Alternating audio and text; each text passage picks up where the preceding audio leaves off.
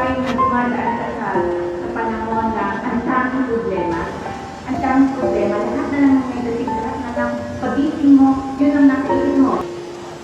Ang mga kaso ng depresyon ay tumataas ng husto sa nakalipas na 5 taon. Mga numero lamang ang mga ito.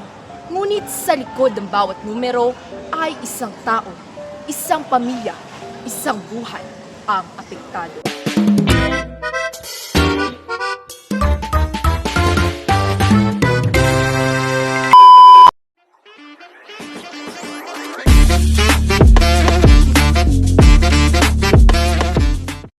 At narito si Ginang Babylin Miguel de Gasa para magbigay kaliwanagan para sa usaping mental health.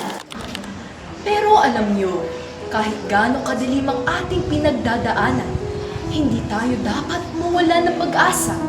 Dahil tulad ng pumilya, mayroon tayong kakayahang muling magtulungan. Mo na kung kailangan kong pagdaanan lahat ng challenges, lahat ng struggles. Go, come on! It's coming. I'm ready. Kasi pag gano'n ang mindset mo, dumating man siya, ready ka. Ready ka. Exhale, say it.